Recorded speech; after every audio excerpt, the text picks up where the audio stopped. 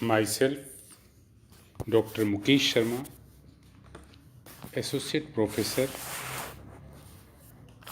Department of Sociology.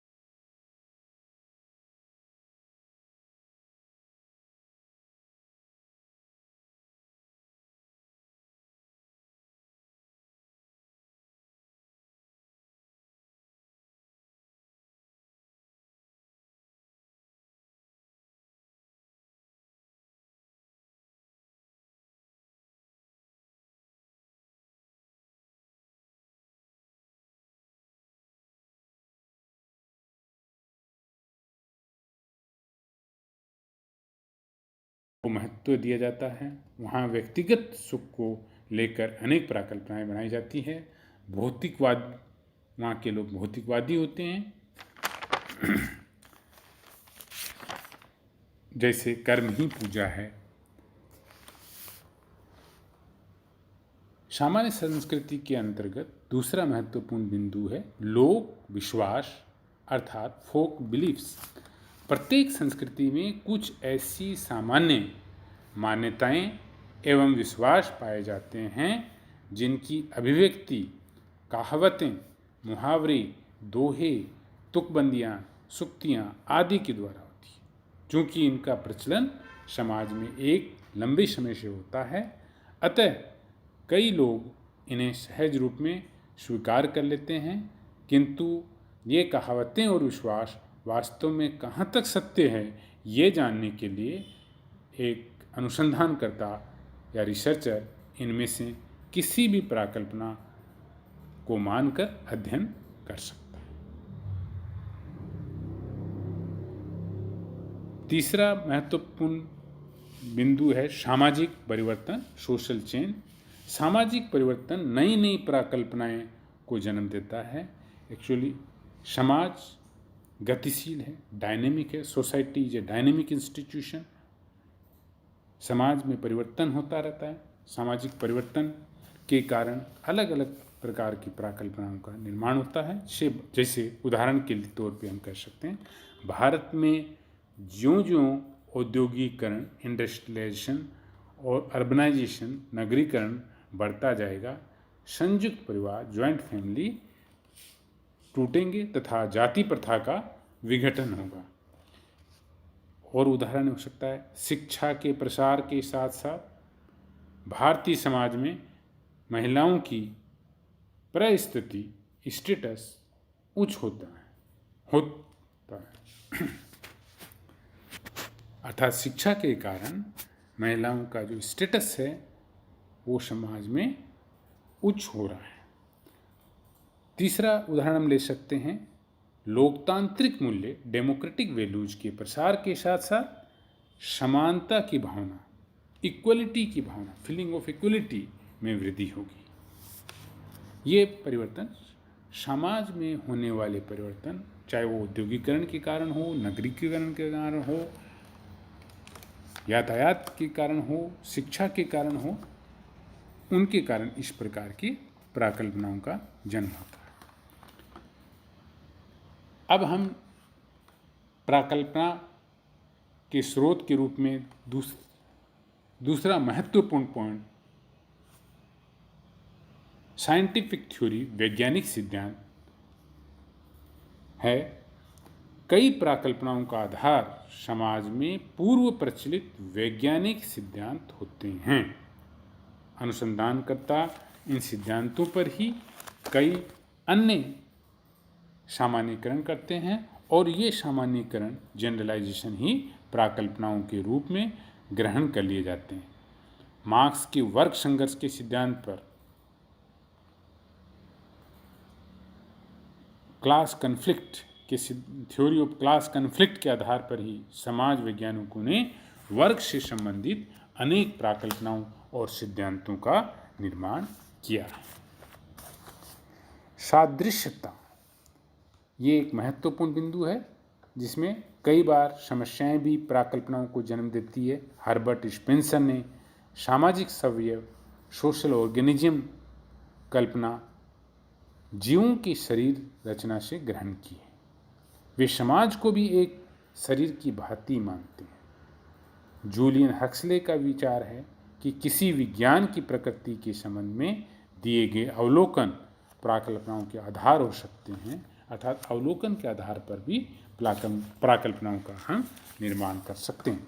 कुछ विशेष प्रकार के व्यवहार मानव और पशु में समान रूप से पाए जाते हैं। पेड़ पौधों तथा पशु पक्षियों पर पड़ने वाले पर्यावरण के प्रभाव के आधार पर ही मानव समाज पर भी पर्यावरण के प्रभाव की समान कल्पना की गई है। लुई पाश्चर ने चेचक के टीके का आविष्कार गायों में होने वाले चेचक की समानता के आधार पर ही किया था।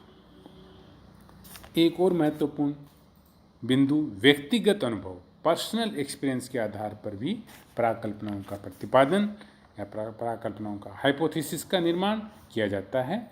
कई प्राकल्पनाएं व्यक्तिगत अनुभवों का भी परिणाम होती है। उदाहरण के लिए लोम्ब्रोसो ने ये कहा कि अपराधी जन्मजात होते हैं। इस प्राकल्पना को सैनिकों के अध्ययन से संबंधित अपने व्यक्तिगत अनुभवों के आधार पर ही ग्रहण किया था। और उदाहरण हो सकता है न्यूटन की पृथ्वी की गुरुत्वाकर्षण शक्ति की प्राकल्पना भी व्यक्तिगत अनुभव के आधार पर है। इसी प्रकार डार्विन की अस्तित्व के लिए संघर्ष की प्राकल्पना व्यक्तिगत अनुभव के आधार पर है। उसी प्रकार माल्थस की जनसंख्या वृद्धि की प्राकल्पना भी पर्सनल एक्सपीरियंस के आधार पर बनाई गई है। नेक्स्ट पॉइंट है अंतःप्रज्ञा अर्थात इंट्यूशन। अनेक प्राकल्पनाएं का आधार मनुष्य की अंतर्दृष्टि अथवा अंतरात्मा की आवाज़ होती है। कई बार हम लोगों को ये कहते हुए सुनते हैं कि मेरा मन ऐसा हो कहता है, यही उसकी अंतःप्रज्ञा है या इंट्यूशन है। इंट्यूशन के आधार पर भी प्राकल्पनाओं का निर्माण होता है।